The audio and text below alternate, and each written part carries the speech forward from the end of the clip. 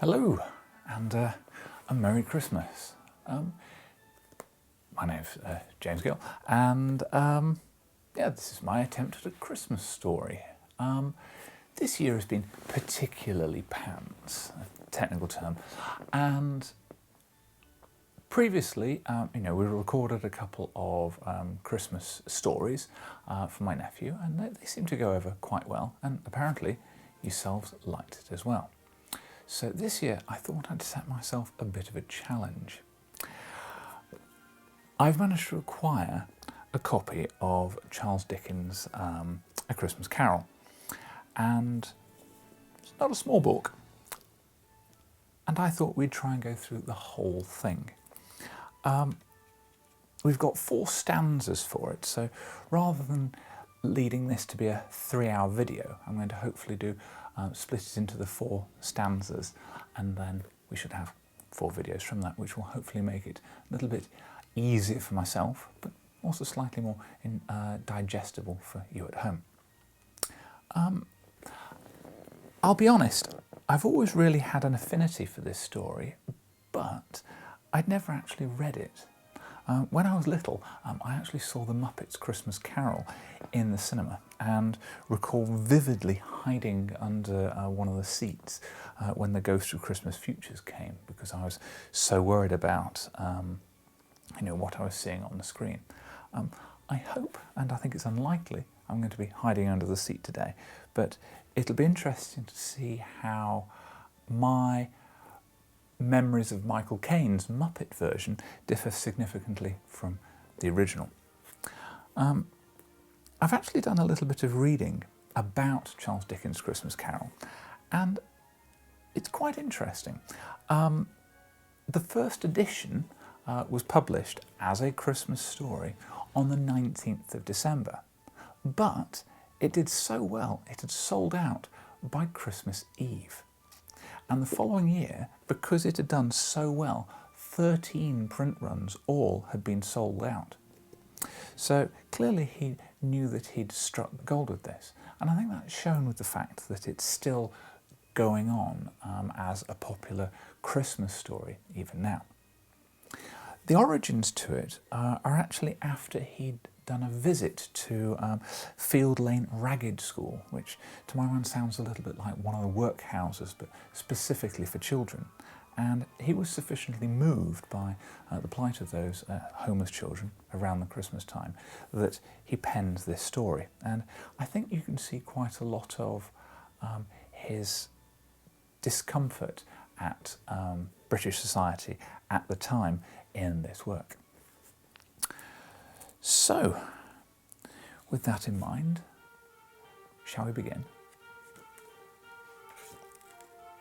A Christmas Carol in prose, being a ghost story of Christmas.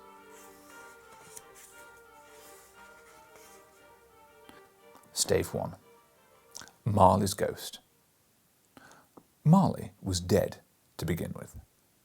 There's no doubt whatsoever about that. The register of his burial was signed by the clergyman, the clerk, the undertaker, and the chief mourner. Scrooge signed it, and Scrooge's name was good upon change for anything he chose to put his hand to. Old Marley was as dead as a doornail. Mind, I don't mean to say I know, of my own knowledge, what there is particularly dead about a doornail. I might have been inclined myself to regard a coffin nail as the deadest piece of ironmongery in the trade.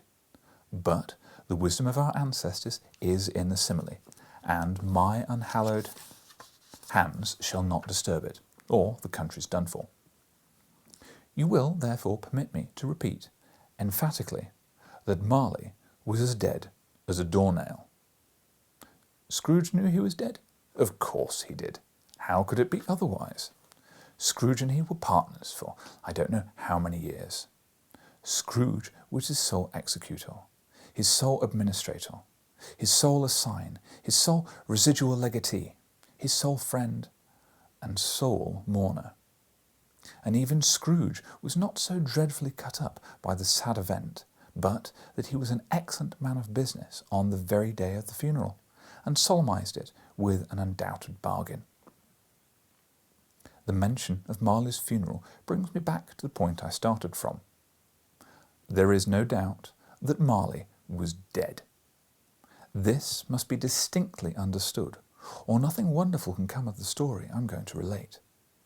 If we are not perfectly convinced that Hamlet's father died before the play began, then there'll be nothing more remarkable in his taking a stroll at night in an easterly wind upon his own ramparts than there would be in any middle-aged man rashly turning out after dark in a breezy spot, say St. Paul's churchyard for instance, literally to astonish his son's weak mind. Scrooge never painted out old Marley's name. There it stood years afterwards above the warehouse door, Scrooge and Marley. The firm was known as Scrooge and Marley. Sometimes people new to the business called Scrooge Scrooge, and sometimes Marley, but he answered to both names. It was all the same to him. Oh, but he was tight-fisted hand at the grindstone, Scrooge. A squeezing, wrenching, grasping, scraping, clutching, covetous old sinner, hard and sharp as flint, from which no steel had ever struck out a generous fire, secret and self-contained, and solitary as an oyster. The cold within him froze his old features, nipped his pointed nose, shrivelled his cheek, stiffened his gait, made his eyes red, his thin lips blue, and he spoke out shrewdly in his grating voice. A frosty rime was on his head and on his eyebrows and on his wiry chin. He carried his own low temperature always about with him. He iced his office in the dog days and didn't thaw it 1 degree at Christmas.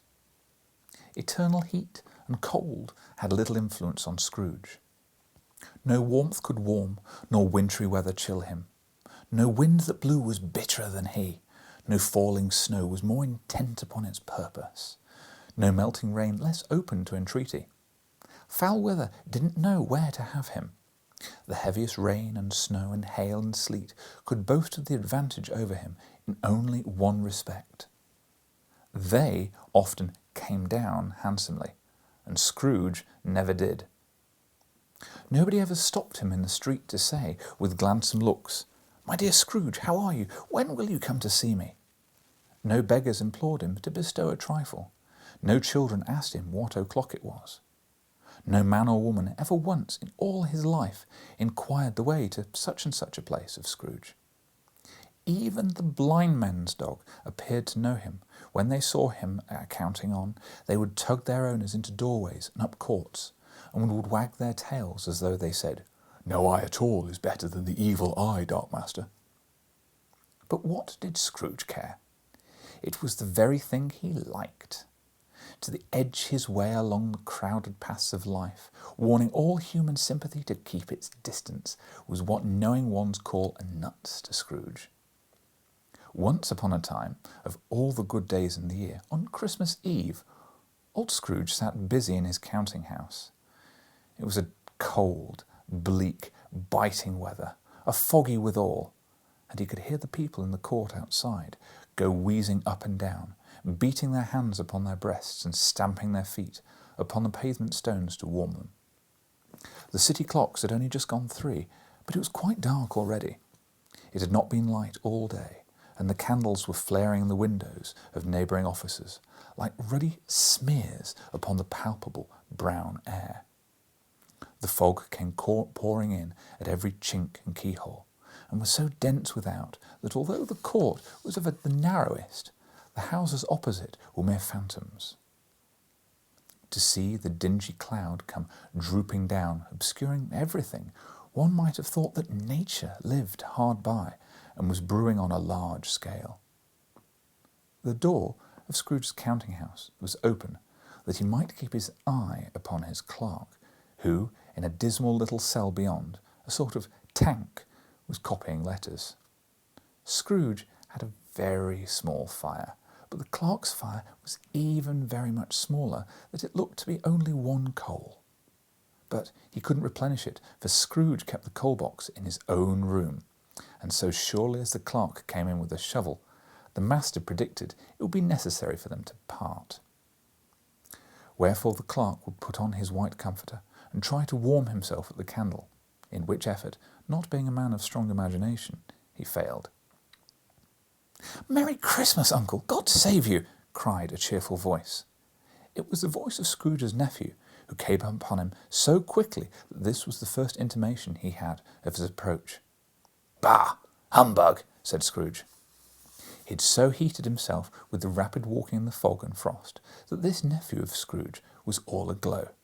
His face was ruddy and handsome, and his eyes sparkled, and his breath smoked again. "A Christmas humbug, uncle?" said Scrooge's nephew. "You don't mean that, I'm sure." "I do," said Scrooge. "Merry Christmas! What right have you to be merry? What reason have you to be merry? You're poor enough." "Come, then," returned the nephew gaily. "What right have you to be dismal? What right have you to be morose? You're rich enough."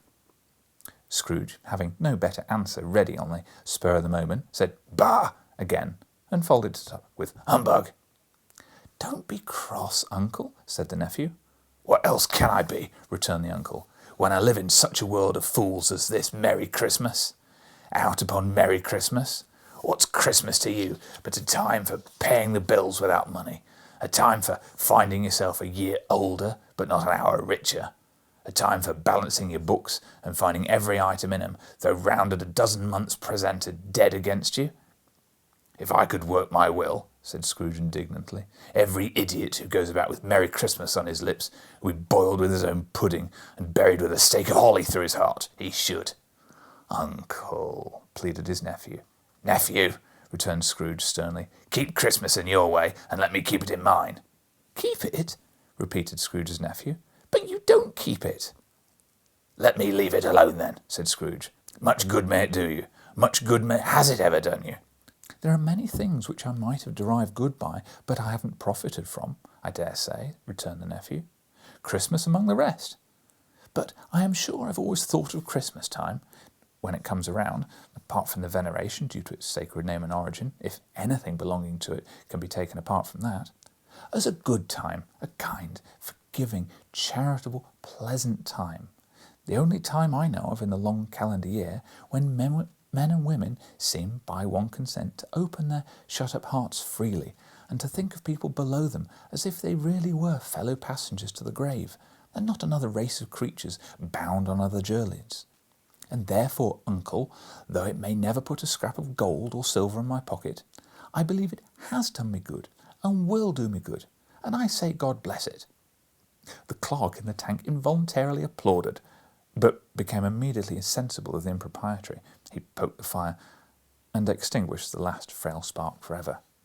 "Let me hear another sound from you," said Scrooge, "and you'll keep Christmas by losing your situation." "You're quite a powerful speaker, sir," he said, turning to his nephew. "I wonder you don't go into Parliament." "Oh, don't be angry, uncle. Come, dine with us tomorrow." Scrooge said that he would see him. Yes, indeed, he did. He went the whole length of the expression, and said he would see him in that extremity first. "But why?" cried Scrooge's nephew. "Why?" "Why did you get married?" said Scrooge. "Because I fell in love." "Because you fell in love?" growled Scrooge, as if it were the only thing in the world more ridiculous than a Merry Christmas. "Good afternoon." "Nay, uncle, but you never came to see me before that happened. Why give it as a reason for not coming now?" "Good afternoon," said Scrooge. "I want nothing from you. I'm asking nothing of you. Why can't we be friends?" "Good afternoon," said Scrooge. "I'm sorry, with all my heart, to find you so resolute. We've never had any quarrel, to which I've been party, but I may have made a trial in homage to Christmas, and I'll keep my Christmas humour to the last. So, a Merry Christmas, uncle." "Good afternoon," said Scrooge. "And a Happy New Year." "Good afternoon," said Scrooge. He left his nephew in the room without an angry word notwithstanding. He stopped at the outer door to bestow greetings of the season on the clerk, who, cold as he was warmer than Scrooge, for he returned it cordially. "There's another fellow," muttered Scrooge, who overheard him. "My clerk, with 15 shillings a week, and a wife and family, talking about Merry Christmas. I'll retire to Bedlam." This lunatic, in letting Scrooge's nephew out, had let 2 other people in. They were portly gentlemen, pleasant to behold, and now stood with their hats off in Scrooge's office. and they had books and papers in their hands and bestowed to him. "Scrooge and Marley's, I believe," said one of the gentlemen, referring to his list. "Have I the pleasure of addressing Mr. Scrooge or Mr. Marley?"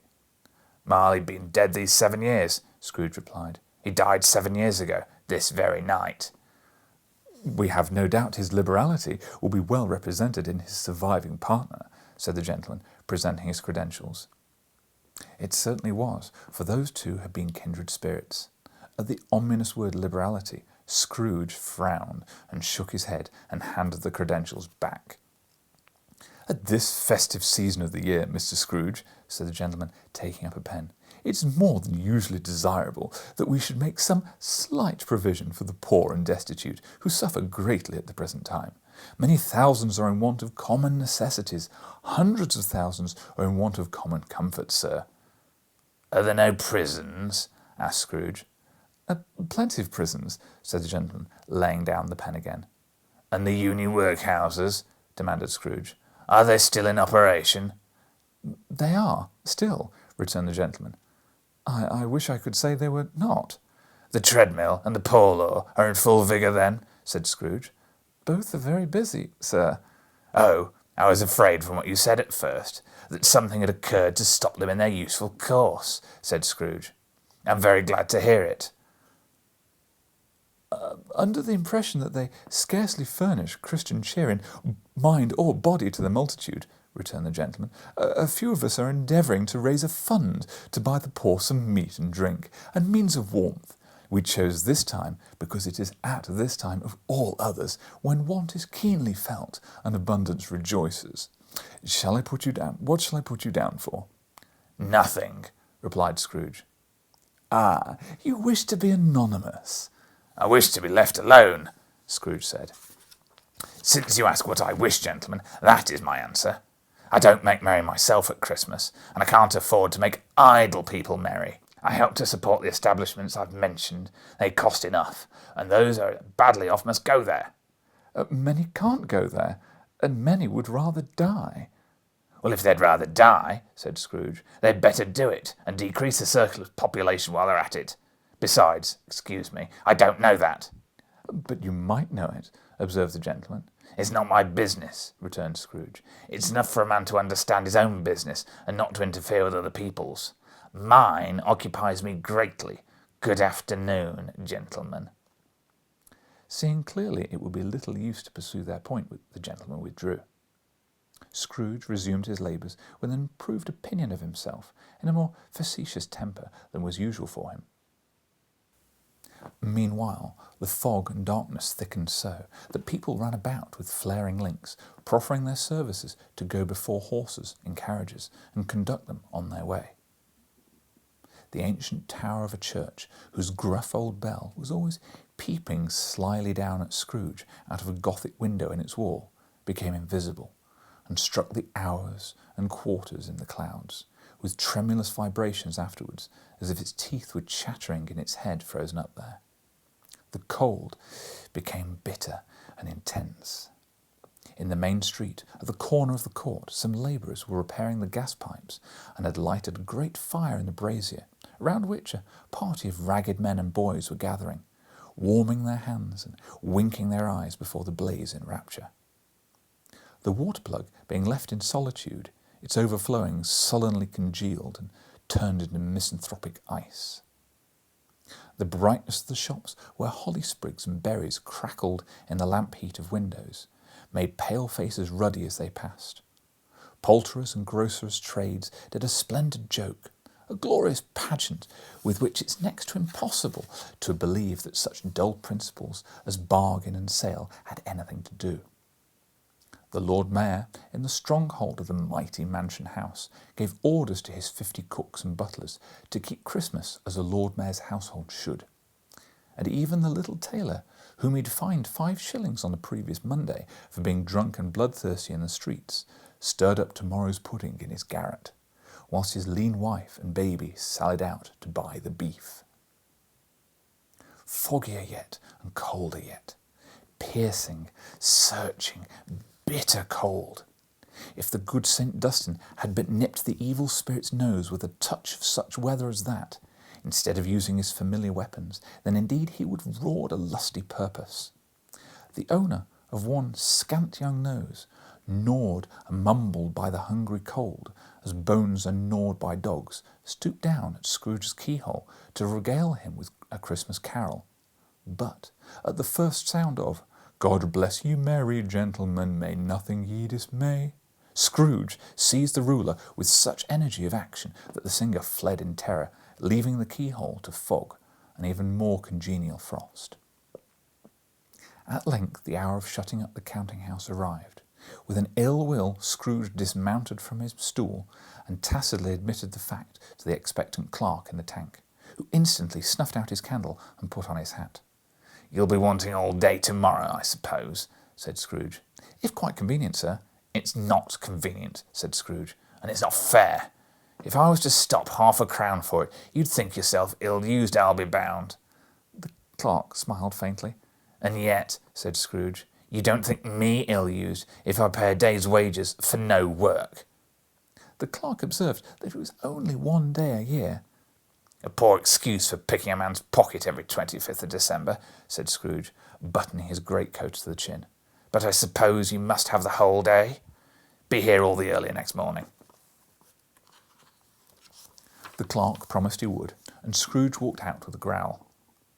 The office was closed in a twinkling, and the clerk, with the long ends of his white comforter dangling below his waist, for he boasted no great coat, went down a slide on Cornbill Hill, at the end of the lane of boys 20 times in honour of it being Christmas Eve, and then ran home to Camden Town as hard as he could pelt to play blindman's buff.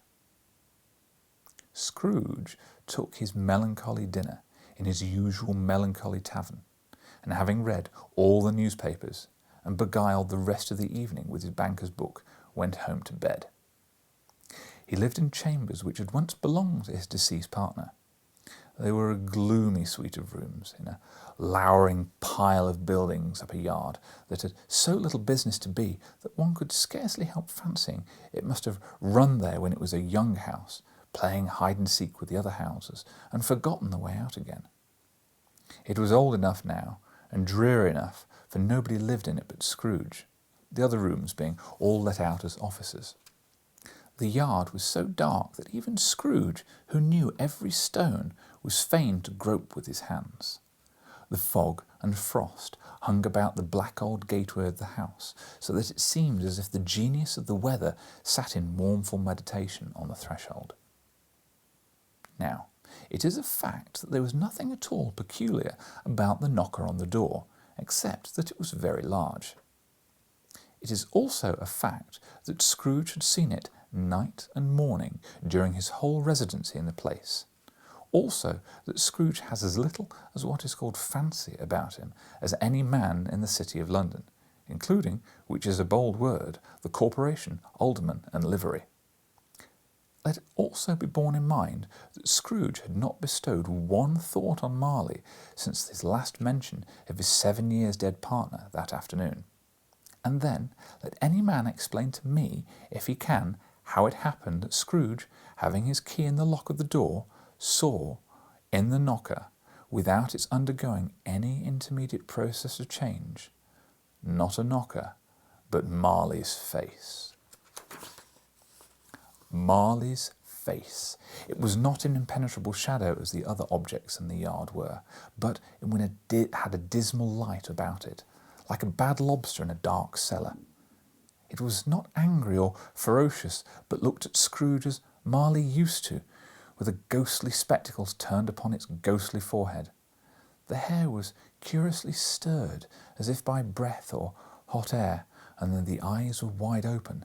They were perfectly motionless. That, and its livid colour, made it all the more horrible.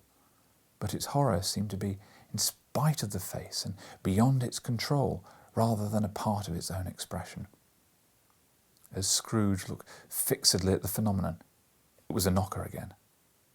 To say that he was not startled, or that his blood was not conscious of a terrible sensation to which it had been a stranger from since infancy, would be untrue. But he put his hand upon the key he had relinquished, turned it steadily, walked in, and lighted his candle. He did pause with a moment's irresolution before he shut the door, and he did look cautiously behind, as if he half expected to be terrified with the sight of Marley's pigtails sticking into the hall. But there was nothing on the back of the door except the screws and nuts that held the knocker on, and he said, "Pooh, pooh," and closed it with a bang. The sound resounded through the house like thunder. Every room above and every cask in the wine merchant's cellar below appeared to have a separate peal of echoes of its own. Scrooge was not a man to be frightened by echoes. He fastened the door and walked across the hall and up the stairs, slowly too, trimming his candle as he went. Now, you may talk vaguely about driving a coach and six up a good old flight of stairs, or through a bad young Act of Parliament.